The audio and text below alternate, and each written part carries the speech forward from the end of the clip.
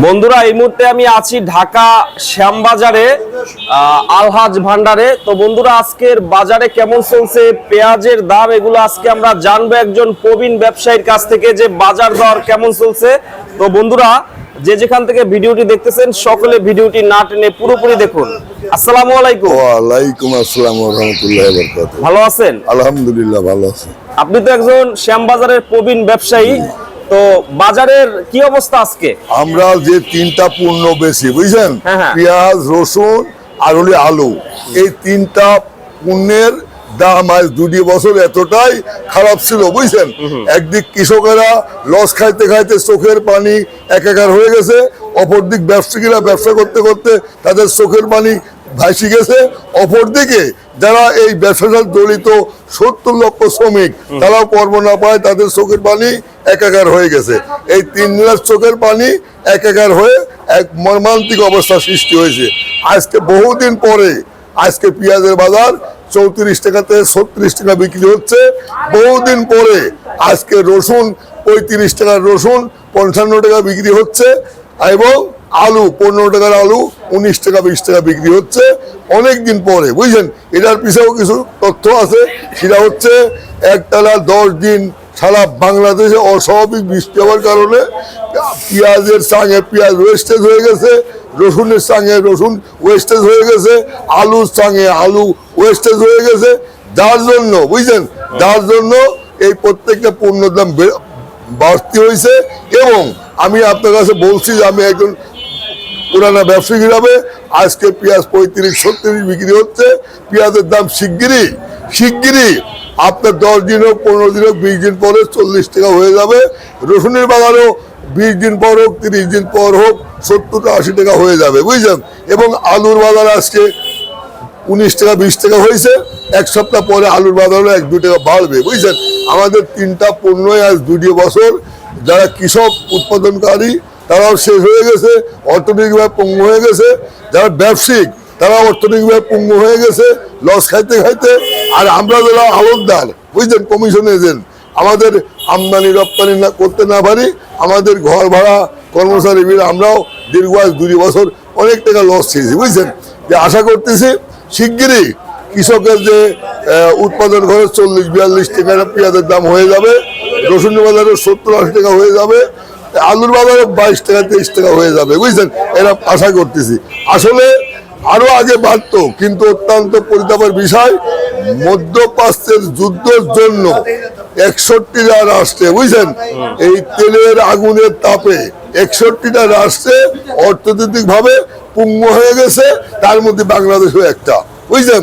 তেলের দাম বৃদ্ধির কারণে 185টা পণ্যের দাম বৃদ্ধি পাইছে, এবং তেলের দাম বৃদ্ধির কারণে দেশের অর্থনৈতিক অবস্থা ভয়াবহ খারাপের দিক চলে গেছে 61টা রাষ্ট্রে, তার বাংলাদেশও আছে।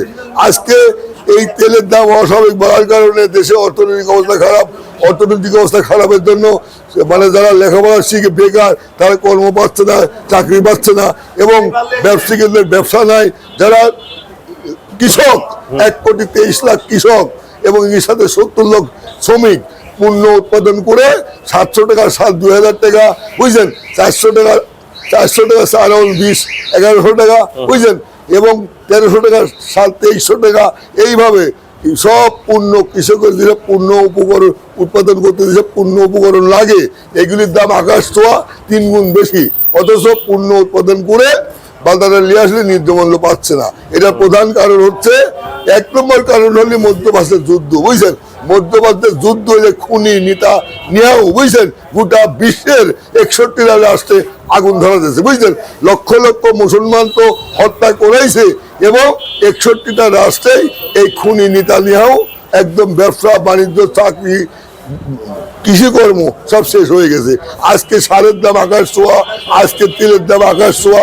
তেলের দামের জন্য বিদ্যুতের দাম বেশি, সারের দাম বেশি, এবং গ্যাসের দাম বেশি, এবং সর্বোপরি 185টা পণ্যের দাম বেশি।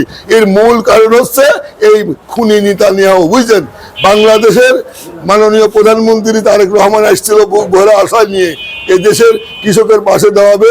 কৃষক তারেক রহমান প্রধানমন্ত্রী হওয়ার পরে 18 কোটি কৃষক বুঝছেন বুক ভরা নিঃশ্বাস নিতেছিল বুঝছেন। এই কয়েকদিন দেশের অনেক কিছু ডেভেলপ উন্নয়ন হতো, কিন্তু অত্যন্ত পরিতাপের বিষয় 12ই ফেব্রুয়ারি নির্বাচন, 17ই ফেব্রুয়ারি শপথ গ্রহণ, 12ই মার্চ সরকার গঠন করেছে।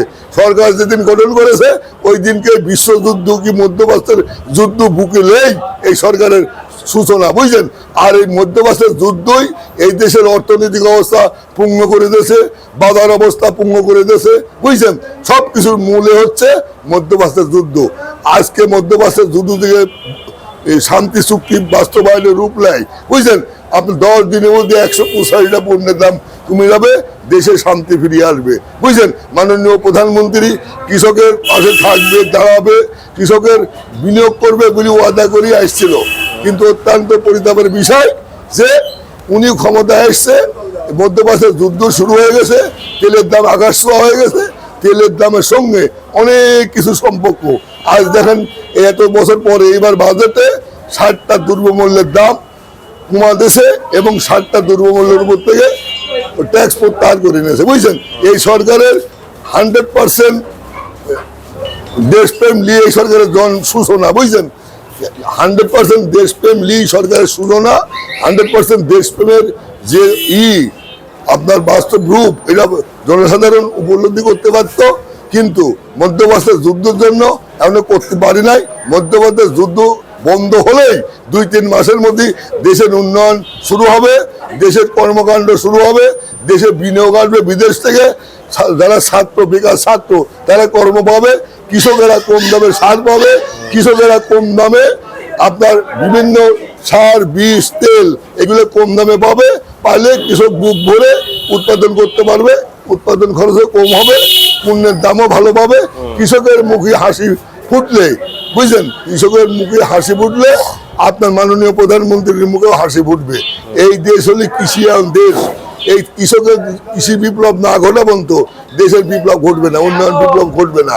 তার জন্য যুদ্ধ বন্ধ হলে 1-2 মাস পর 3 মাস পরে এই দেশের উন্নয়ন শুরু হবে, সূচনা হবে, কৃষকেরও হবে, ব্যবসায়ীদেরও হবে, যারা কর্ম করে খায়, যারা শ্রমিক তাদেরও কর্মসংস্থান বাড়ে যাবে।